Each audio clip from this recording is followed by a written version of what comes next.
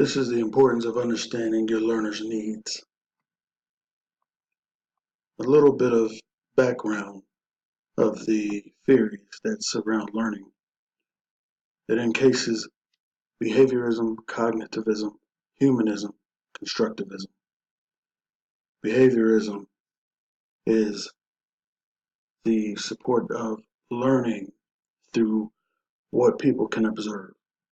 Cognitivism is learning based on what's inside the mind, cognitive processes. Humanism is the approach that learning and human behavior is not only looked at through the eyes of the scientist, but it's looked at through the eyes of the person behaving. Constructivism is simply, it refers to how people construct knowledge and behave based on their experiences.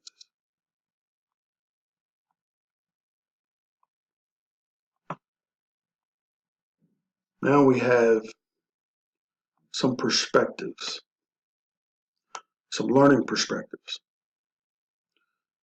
Social learning theory is where we'll start. Now, social learning theory says that people learn based on other people or their peers. If I'm around somebody and they're acting a certain way, it may rub off on me. That is social learning theory. Schema theory says that information and knowledge is retained by the human brain, storing knowledge into units. And those units have units, and those units have units as well. And we pull from that to learn. And when new experiences come up, we learn from that as well. And that is just another unit that is stored for later use. Then we have operant conditioning. Now that is the process of learning through consequences. It is about reinforcement and punishment in order to achieve a desired perspective, a desired goal. Then you have emotional intelligence, and that is pretty simple. Emotional intelligence says that you have a great sense of your feelings. You can control yourself and you have the ability to control others. Extinction is very useful. It's not that extinction is something like the others where you're trying to add a specific behavior that you want, but it is taking a undesired behavior away. Now we have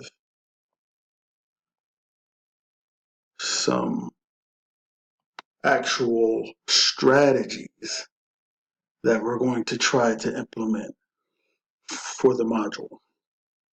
Now, modeling is basically how it reads. You are going to act out a task, and then you're going to make the employee exemplify that task. So if I'm standing in a class and I'm teaching somebody how to do, so let's say, a math problem.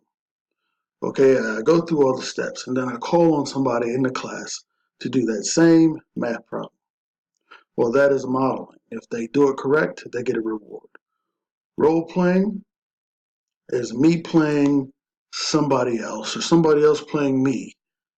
And then they can see how they act, or I can see how myself acts. And then you can modify behavior based on that. Practice and repetition is simply that. You keep doing something and you keep doing something until it's done. Metacognition is promoting thinking about thinking.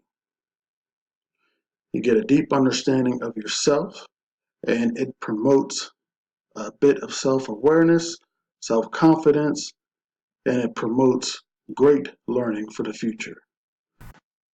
Then we have scaffolding, and that is simply, it helps a learner complete objectives at their pace. You give a certain amount of instruction, and then you stand back, and then you wait, and you let that person do things on their own and see if they can complete a task. And if they can, then you move on to the next step. That's scaffolding.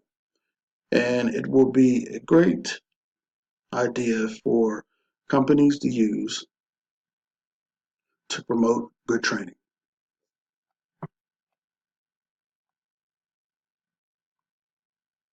Thank you.